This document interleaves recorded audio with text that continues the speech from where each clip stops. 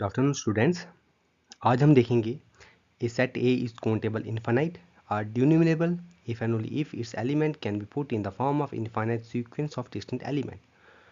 तो ये हम थ्योरम को प्रूव करेंगे जिसमें हमने डायरेक्ट पार्ट में ये सपोज करना है कि ए सेट हमारे पास क्या है, काउंटेबल इनफाइनाइट है, और हम ये बताएंगे that is if its element can be put in the form of infinite sequence of distinct element.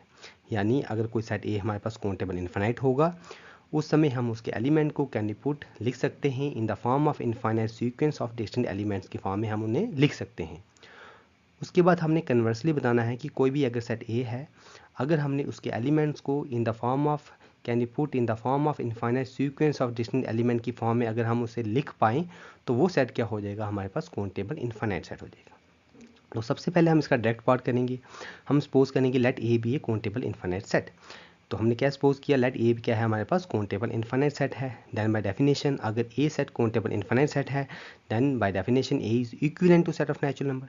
अगर ए हमारे पास equivalent to set of natural number का होगा तो डैट इक्विवेलेंट की डेफिनेशन ये कहती है then there exist a function f mapping from N to A such that f is a bijective function. यानी एफ क्या हो जाएगा, हमारे पास बाइजेक्टिव हो जाएगा। Bijective means 1 1 and on 2।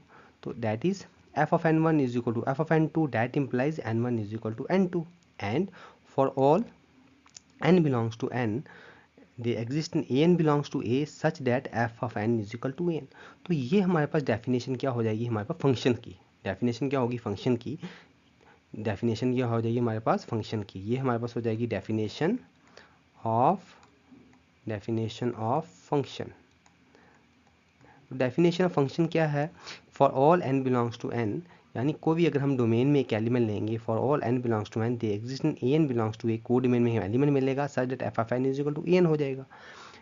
10 क्या हुआ, 10 अगर यहाँ पे हम 1 लेंगे तो यहाँ पे a1 आएगा, यहाँ पे 2 लेंगे यहाँ पे a2 आएगा, 3 लेंगे तो a3 आएगा। 10 क्या होगा, a1 a2 a3 so on where a1 a2 a3 so on these are the distinct elements of the set ए।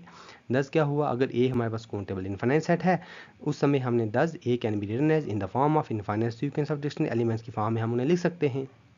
अब हम बताएंगे कन्वर्सली। तो कन्वर्सली में हम सपोज किया every element of A can be put in the form of infinite sequence of distinct element. तो हमने conversely में ये सपोज किया कि every element of A can be put in the form of infinite sequence of distinct element. That is हमने A को लिख लिया in the form of infinite sequence of distinct element में।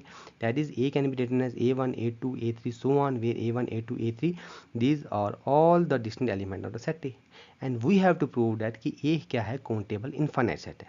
तो ए को जब हमने काउंटेबल इनफाइनाइट सेट बताना है तो हमने ये बताना है कि A is equivalent to set of natural number. For this हमने क्या बताना है, A is equivalent to set of natural number. For this हम क्या करेंगे, डिफाइन करेंगे function f mapping from N to A by f of n is equal to a n for all n belongs to N. अब हमने बताना है कि A क्या है, काउंटेबल इनफाइनाइट है। काउंटेबल इनफाइनाइट बताने के लिए अब हमें ये बताना पड़ेगा कि f क्या है, and no we have to claim that f is a bijective function. f is bijective means अब हमें ये बताना पड़ेगा कि f क्या है, 1 1 और ऑन 2 है। तो नेक्स्ट हम ये सपोज करेंगे कि f क्या है, हमारे पास 1 1 है। तो 1 1 के लिए हमने क्या करना है, हमने कोई भी एलिमेंट 2 लेने हैं डोमेन में। जैसे हमने पीछे देखा कि जो फंक्शन है हमारा f mapping from n to a है, तो हमने डोमेन में एलिमेंट लिए 2। Let n1 and n2 be the 2 elements which belongs to n such that f of n1 is equal to f of n2। That implies no, f of n1 is equal to f of n2 that implies, लेकिन f of n अगर an है तो f of n1 क्या आ जाएगा, an1। That implies an1 is equal to an2। That implies n1 is equal to n2, therefore f क्या हो जाएगा, हमारे पास 1 1 हो जाएगा। अब नेक्स्ट हमने ये बताना है कि f क्या है, हमारे पास ऑन 2 है।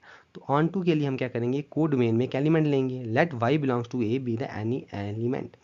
तो ए के अभी हमने देखा कि ए के एलिमेंट्स हैं a1 a2 a3 so on, लेकिन ए अगर हमने y ए में लिया लेकिन ए के एलिमेंट तो इस फॉर्म में हैं।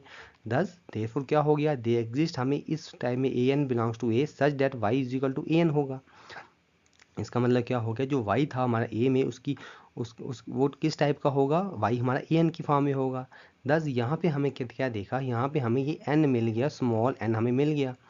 दस दे एग्जिस्ट, हमें एक n मिल गया, n belongs to n such that क्या होगा, f of n, such that f of n जो होगा वो हमारे पास क्या आ जाएगा, f ऑफ n नहीं, एफ ऑफ एन तो हमारे by definition of a function वो तो ए एन है, लेकिन ए एन जो हमारे पास है वो तो इक्वल टू वाई है, वो तो इक्वल टू वाई है, तो देयरफॉर क्या हो गया, f of n is equal to y, therefore f is onto function, thus f is a bijective function हो गया।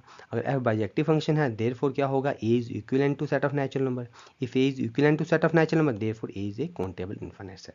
तो देयरफॉर हमने ये बता दिया कि अगर ए if elements of A can be put in the form of infinite sequence of distinct element then A is a countable infinite set।